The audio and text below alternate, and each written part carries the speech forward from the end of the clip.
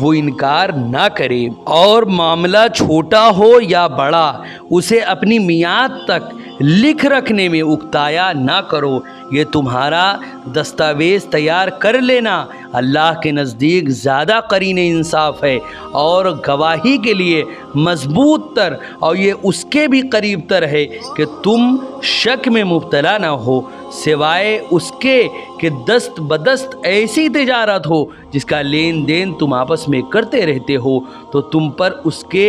نہ لکھنے کا کوئی گناہ نہیں۔ اور جب بھی آپس میں خرید و فروخت کرو تو گواہ بنا لیا کرو، اور نہ لکھنے والے کو نقصان پہنچایا جائے اور نہ گواہ کو، اور اگر تم نے ایسا کیا تو یہ تمہاری حکم شکنی ہوگی۔ اور اللہ سے ڈرتے رہو، اور اللہ تمہیں معاملات کی تعلیم دیتا ہے، اور اللہ ہر چیز کا خوب جاننے والا ہے۔ حضرات محترم،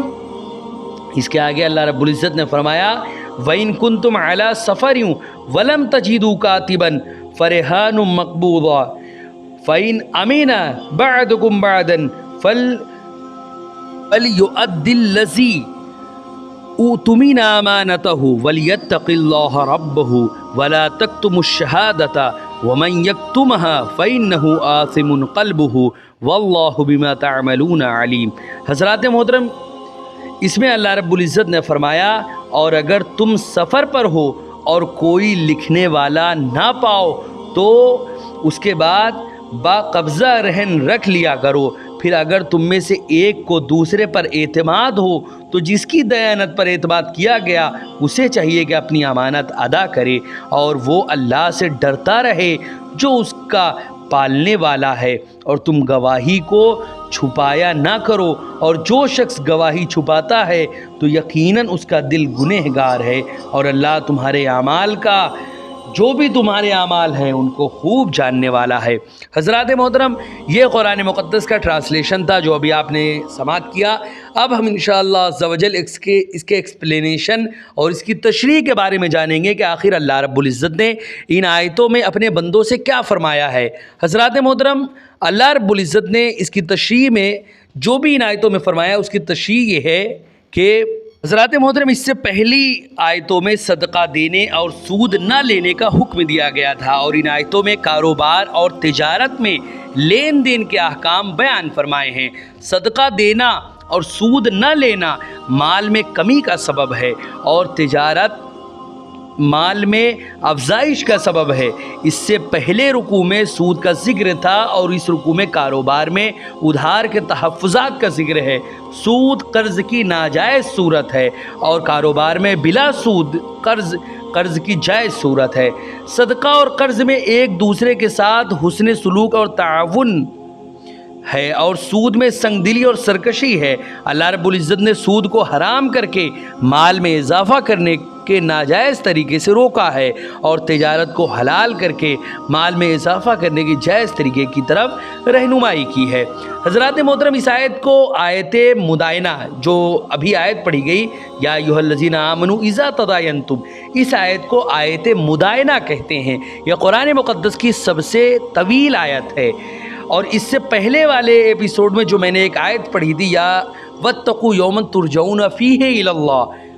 یہ جو آیت میں نے پڑھی تھی یہ قرآن مقدس کی سب سے آخری آیت ہے۔ اس کے بعد قرآن میں کوئی آیت نازل نہیں ہوئی، اور یہ آیت جو ہے یعنی یا ایھا الذین آمنوا اذا تداینتم، اس آیت کو آیت مدائنہ کہتے ہیں۔ یہ قرآن مقدس کی سب سے طویل آیت ہے۔ اس میں مال کو محفوظ کرنے کا طریقہ بتایا گیا ہے کہ جب کسی چیز کو مدت معینہ کے ادھار پر فروخت کیا جائے تو بائع اور مشتری کسی تیسرے فریق سے لکھوا لے، یعنی جب بھی کوئی خرید و فروخت ہو اس کو لکھوا لینا چاہیے۔ ان آیات سے یہ بھی معلوم ہوا کہ اسلام کے نزدیک مال و دولت کوئی بری چیز نہیں ہے، بشرطے کہ وہ مال حلال ہو، حلال طریقے سے حاصل کیا گیا ہو، اور اس مال کو جائز اور نیکی کے راستوں میں خرچ کیا جائے۔ اس لیے اسلام نے حلال کمانے کو محفوظ کرنے کے لیے کیا طریقے اختیار کیا، یعنی حلال جو کام ہے اور تجارت ہے اس کی بہت حوصلہ افزائی کی ہے۔ جیسا کہ ان آیت میں اللہ رب العزت نے یہ ہدایت دی ہے کہ کاروبار کرنے والے اپنے مال کو محفوظ کرنے کے لیے کیا کیا طریقے اختیار کریں، اور ادھار مال فروخت کرتے وقت خریدار سے کس قسم کے تحفظات حاصل کریں۔ اسی طرح اللہ رب العزت نے ایک مقام پہ فرمایا فَإِذَا قُضِيَتِ الصَّلَاةُ فَانتَشِرُوا فِي الْأَرْضِ وَابْتَغُوا مِن فَضْلِ اللَّهِ، پھر جب نماز پڑھ لی جائے تو زمین میں پھیل جاؤ اور اللہ کے فضل کو تلاش کرو۔ حضرات محترم، اس آیت میں اللہ نے مال و دولت کو فضل کہا ہے، وہ بھی اللہ کا، یعنی مال و دولت کمانا کوئی بری چیز نہیں ہے، خوب زیادہ کماؤ، بس ایک چیز کا ذہن میں رکھنا کہ حلال کمانا، حلال طریقے سے کمانا اور حلال جگہ پر خرچ کرنا، نہ حرام کمانا، نہ حرام طریقے سے کمانا اور نہ ہی حرام جگہ پر خرچ کرنا، بلکہ حلال ہی ہمیشہ کمانا اور حلال ہی ہمیشہ کھانا، چاہے جتنا کماؤ، یہ برا نہیں ہے۔ حضرت ایوب انصاری بیان کرتے ہیں کہ رسول اکرم صلی اللہ علیہ وسلم نے فرمایا جو شخص اپنے اہل کو سوال سے روکنے کے لیے حلال رزق کی تلاش میں نکلتا ہے وہ بھی اللہ کے راستے میں ہے، اور جو شخص اپنے آپ کو سوال سے روکنے کے لیے رزق حلال کی طلب میں نکلے وہ بھی اللہ کے راستے میں ہے۔ حضرات محترم، اسی طرح جو شخص مال کو کما کر رکھتا ہے اور اللہ کے راستے میں نہیں خرچ کرتا، اس کے متعلق اللہ نے فرمایا الذی جمع مالا وعددا یحسب ان مالہ اخلدا الی آخری الآیہ۔ اس آیت میں اللہ نے فرمایا جس نے مال جمع کیا اور اسے گن گن کر رکھا خوب اچھے سے، اس نے گمان کیا کہ اس کا مال اس کو ہمیشہ دنیا میں زندہ رکھے گا، ہرگز نہیں، وہ ضرور چورا چورا کر دینے والی میں پھینک دیا جائے گا۔ اور آپ کیا سمجھے کہ چورا چورا کر دینے والی چیز کیا ہے؟ اللہ کی آگ ہے جو بھڑکائی ہوئی ہے، جو دلوں پر چڑھ جائے گی، یعنی وہ جہنم کی آگ ہے۔ اسی لیے اللہ کے عذاب سے ڈرے۔ حضرات محترم، ان آیتوں میں قرض کے متعلق بھی اللہ رب العزت نے فرمایا ہے کہ جب قرض کسی کو دیا جائے تو اس پر آسانیاں بھی برتو، بہت سختی کے ساتھ اس سے معاملہ نہ کرو۔ اسی طرح امام ابن ماجہ اور امام حاکم نے محمد بن علی سے روایت کیا ہے کہ حضرت عبداللہ بن جعفر لوگوں سے قرض لیتے تھے، ان سے اس کی وجہ پوچھی تو انہوں نے کہا میں نے رسول اکرم صلی اللہ علیہ وسلم سے سنا ہے کہ آپ فرماتے تھے جب تک مقروض قرض کو ادا نہ کرے اللہ مقروض کے ساتھ ہوتا ہے۔ اسی طرح حضرت ابو ہریرہ سے مروی ہے رسول اکرم صلی اللہ علیہ وسلم نے فرمایا اگر میرے پاس احد پہاڑ جتنا سونا ہو تو مجھے اس سے خوشی نہیں ہوگی کہ میرے پاس 3 دن تک اس میں سے کوئی چیز بھی رہے ماں سوائے اس کے کہ جس کو میں قرض کی ادائیگی کے لیے رکھ لوں، یعنی قرض جس کا بھی ہو جلد سے جلد قرض ادا کرنے کی کوشش کرے۔ اسی طرح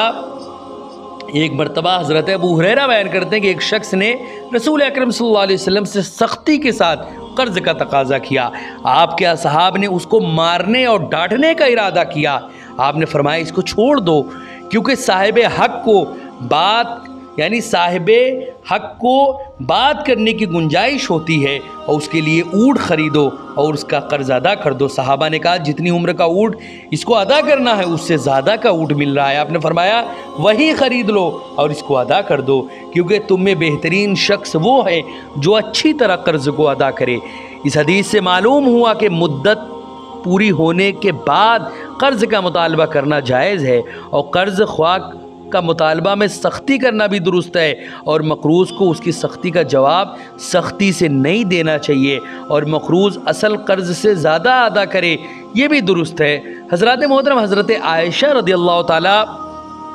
عنہا بیان کرتی ہیں کہ رسول اکرم صلی اللہ علیہ وسلم نماز میں یہ دعا کرتے تھے اے اللہ میں گناہ اور قرض سے تیری پناہ میں آتا ہوں۔ کسی شخص نے کہا آپ قرض سے بہت پناہ مانگتے ہیں، آپ نے فرمایا جب انسان قرض دار ہوتا ہے تو وہ بات کرتا ہے تو جھوٹ بولتا ہے، وعدہ کرتا ہے تو اس کی خلاف ورزی کرتا ہے۔ اسی طرح حضرت ابو ہریرہ سے یہ بھی مروی ہے آپ صلی اللہ علیہ وسلم نے فرمایا غنی کا قرض کی ادائیگی میں تاخیر کرنا یہ ظلم ہے، یعنی اگر کوئی مالدار ہے اور اس نے کسی سے قرض لیا ہے تو فوراً قرض کو ادا کرے، یا کوئی غریب بھی ہے جب اس نے قرض لیا تھا تب اس کے پاس نہیں تھا ہو گیا تو اب ایسا نہیں کہ اب وہ بعد میں دے گا یہ سوچے، نہیں، جیسی اللہ رب العزت نے آپ کو استطاعت دی، آپ کو وسعت دی، آپ اس کے قرض کو ادا کرے۔ یہی اسلام کی تعلیم ہے، یہی اللہ و رسول کا فرمان ہے۔ حضرات محترم، اسی طرح